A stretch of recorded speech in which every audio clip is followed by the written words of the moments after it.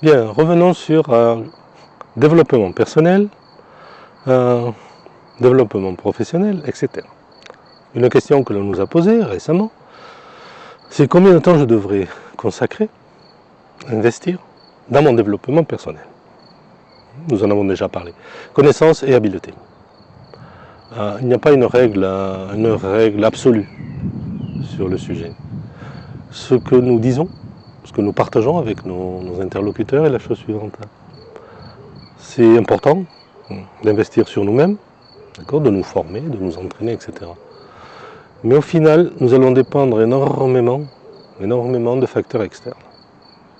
D'accord ? Et cela implique d'avoir le maximum d'influence sur les facteurs externes. De façon pratique, qu'est-ce que cela veut dire ? Cela veut dire que, ok, nous travaillons sur nous-mêmes, mais nous devons identifier dans notre environnement les personnes qui peuvent nous apporter quelque chose. Et cela implique de travailler sur les relations publiques, sur la communication avec les autres. D'accord ? Parce que ce sont les autres qui nous aideront réellement à grandir et à nous développer. Il faudrait définir que veut dire grandir, développer, etc. Mais pensons à ceci. Travailler sur nous-mêmes, c'est important, absolument.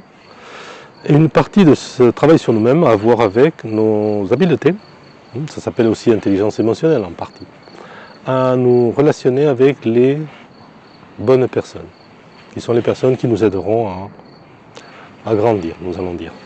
Si nous parlons de business ou de travail, les personnes qui nous aideront à progresser. Nous ne devrions pas uniquement nous concentrer sur nous-mêmes, mais nous concentrer beaucoup sur comment nous interagissons avec les bonnes personnes, entre guillemets. D'accord ? Nous y reviendrons ultérieurement.